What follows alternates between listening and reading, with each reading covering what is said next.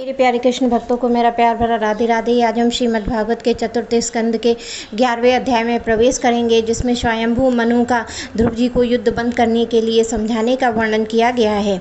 श्री मैत्री जी कहते हैं, विदुर जी, ऋषियों का ऐसा कथन सुनकर महाराज ध्रुव ने आचमन कर श्री नारायण के बनाए हुए नारायण शस्त्र को अपने धनुष पर चढ़ाया और उस बाण के चढ़ाते ही यक्षों के द्वारा रची नाना प्रकार की माया उसी क्षण में नष्ट हो गई, जिस प्रकार ज्ञान का उदय होने पर अविद्या क्लेश नष्ट हो जाते हैं। ऋषिवर नारायण के द्वारा आविष्कृत उस अस्त्र को धनुष पर चढ़ाते ही उसे राजहंस से पक्ष और सोने के फल वाले बड़े तीखे बाण निकले। जिस प्रकार मयूर के कराव करते हुए वन में घुस जाते हैं, उसी प्रकार भयानक साय साय शब्द करते हुए वह शत्रु की सेना में घुस गए। उन तीखी धार वाले बाणों ने शत्रुओं को बेचैन कर दिया। उस युद्ध में अनेकों यक्षों ने अत्यंत कुपित होकर अपने अस्त्र शस्त्र संभाले और जिस प्रकार गरुड़ के छेड़ने से बड़े बड़े सर्प फन उठाकर उनकी ओर दौड़ते हैं, उसी प्रकार वे इधर उधर ध्रुव जी पर टूट पड़े। उन्हें सामने आते देख ध्रुव जी ने अपने बाणों के द्वारा उनकी भुजाएं, जांघें, कंधे और उदर आदि अंग प्रत्यंगों को छिन्न भिन्न करके उस सर्वश्रेष्ठ लोक में भेज दिया, जिसकी मुनिगण सूर्यमंडल का भेदन करके जाते हैं। अब उनके पितामह स्वयंभू मनु ने देखा कि विचित्र रथ पर चढ़े हुए ध्रुव ने अनेकों निरपराध यक्षों को मार रहे हैं, तो उन्हें उन पर बहुत दया आई और वे बहुत से ऋषियों को साथ लेकर वहां आए और अपने पौत्र ध्रुव को समझाने लगे। मुनि जी ने कहा, बेटा, बस अधिक क्रोध करना ठीक नहीं है। यह पापी नरक का द्वार है। इसके वशीभूत होकर तुमने इन निरपराध यक्षों का वध किया है। तात तुम जो निर्दोष यक्षों के संहार पर उतर रहे हो, यह हमारे कुल के योग्य कर्म नहीं है। साधु पुरुष इसकी बड़ी निंदा करते हैं। बेटा, तुम्हारा अपने भाई पर बड़ा अनुराग था, यह तो ठीक है, परंतु देखो, उसके वध से संतृप्त होकर तुमने एक यक्ष के अपराध करने पर प्रसंगवश कितनों की हत्या कर डाली है। इस जड़ शरीर को ही आत्मा मानकर इसके लिए पशुओं की भांति प्राणियों की हिंसा करना, यह भगवत सेवी साधुजनों का मार्ग नहीं है। प्रभु की आराधना करना बड़ा कठिन है, परंतु तुमने तो लड़कपन में ही संपूर्ण भूतों के आश्रय स्थान श्री हरि को सर्वभूत में भाव से आराधना करके उनका परम पद प्राप्त कर लिया है। तुम्हें तो प्रभु ही अपना प्रिय भक्त समझते हैं तथा भक्तजन भी तुम्हारा आदर करते हैं। तुम साधुजनों के पथ प्रदर्शक हो, फिर तुम ऐसा निंदनीय कर्म कैसे किया? सर्वात्मा श्री हरि तो अपने से बड़े पुरुषों के प्रति सहनशीलता, छोटों के प्रति दया और बराबर वालों के साथ मित्रता और समस्त जीवों के साथ समता का बर्ताव करने से ही प्रसन्न होते हैं। और प्रभु के प्रसन्न हो जाने पर पूर्ण पुरुष प्राकट्य गुण और उनके कार्य रूप लिंग शरीर से छूटकर परमानंद स्वरूप ब्रह्म पद को प्राप्त कर लेता है। बेटा ध्रुव, देहादि रूप में परिणत हुए पंचभूतों से स्त्री पुरुष का आविर्भाव होता है और फिर उनके पारस्परिक समागम से दूसरे स्त्री पुरुष उत्पन्न होते हैं। ध्रुव, इस प्रकार भगवान की माया से सत्वादिक गुणों से न्यूनाधिक भाव होने से जैसे भूतों द्वारा शरीर की रचना होती है, वैसे ही उनकी स्थिति और प्रलय भी होते हैं।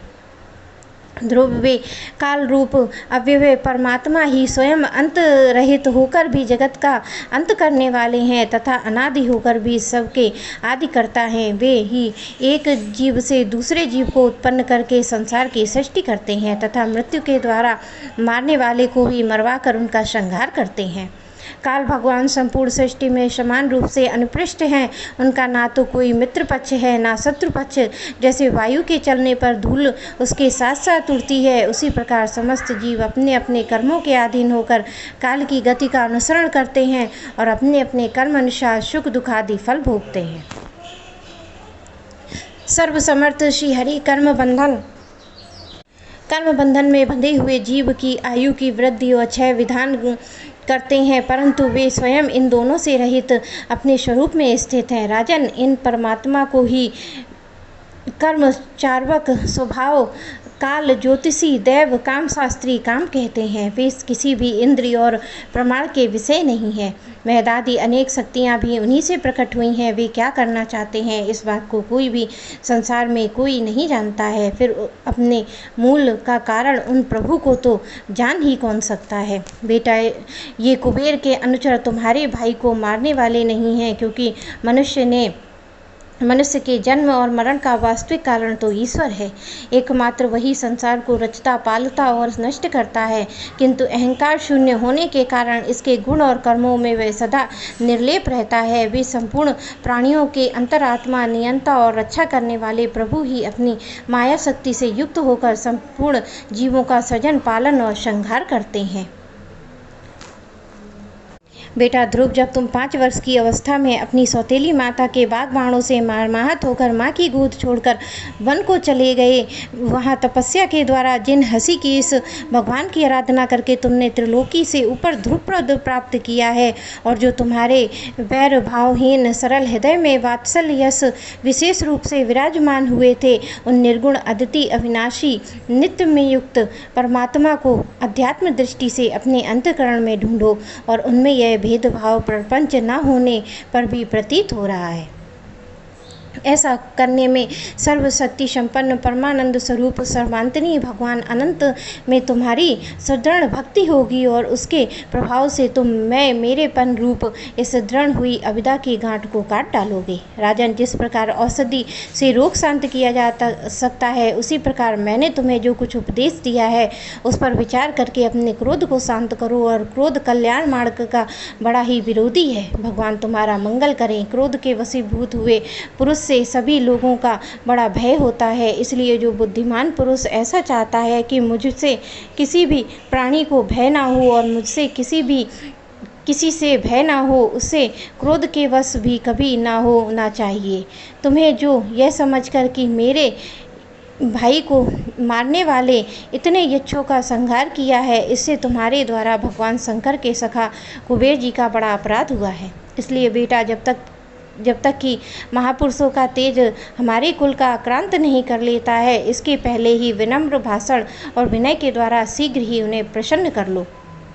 इस प्रकार स्वयंभू मनु ने अपने पौत्र ध्रुव को शिक्षा दी। तब ध्रुव जी ने उन्हें प्रणाम किया और इसके पश्चात वे महर्षियों के सहित अपने लोक को चले गए। मेरे प्यारे कृष्ण भक्तों को मेरा प्यार भरा